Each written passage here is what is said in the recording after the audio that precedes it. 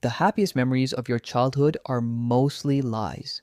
Your brain did not record them like a camera. It fabricated them, it polished them, and it did it to protect you from the reality of your own past. Look around your room. The objects on your desk, the air in your lungs, the date on your calendar, they are real. They are happening right now. But when you look back 10 years, that reality disappears. The summers feel warmer, the friendships deeper, the music better. You feel an ache for a time when everything felt simple. It is a feeling we call nostalgia. We treat it like a sweet, harmless comfort, a warm blanket for a cold present. It isn't. For a long time, it was a killer. In 1688, a Swiss medical student named Johannes Hofer was treating soldiers far from home. They were dying. Their skin turned pale, their lungs filled with fluid, their hearts beat slower and slower until they stopped. Hofer looked for a plague, but found none. The only common thread was that these men could not stop thinking of their home mountains.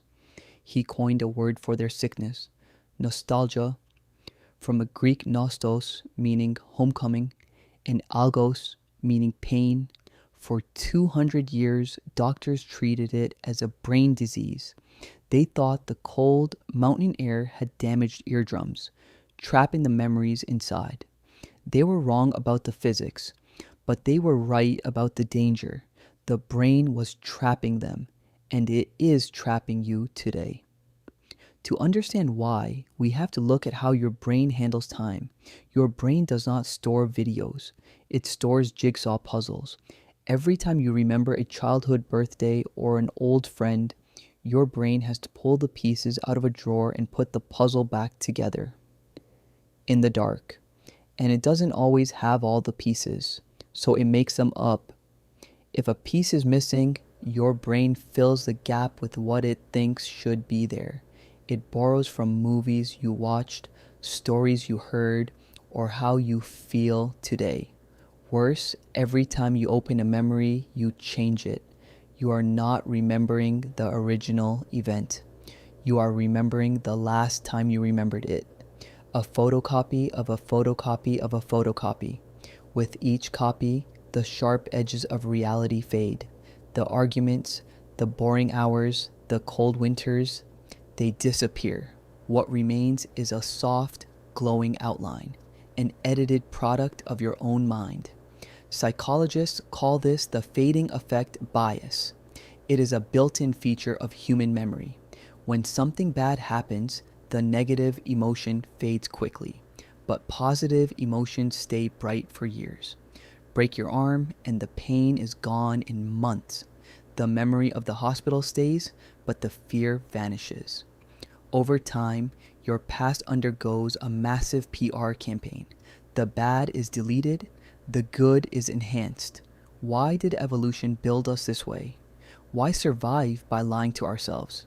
Because a brain that remembers pain too accurately is a broken brain. If ancient humans remembered the freezing cold of winter in perfect detail, they would never leave their caves in spring. To keep moving forward, the mind had to learn how to forget the bad. Nostalgia is a psychological immune system. It paints the past gold to give you hope that the future can also be gold. It tells you a lie so you have the strength to wake up tomorrow. Without it, the weight of past pain would crush us. Your brain protects you by rewriting history. It is a beautiful system until someone else uses it against you. And they have. Look at the world today. The movies are remakes of what you watch as a child. The fashion on the street is what your parents wore.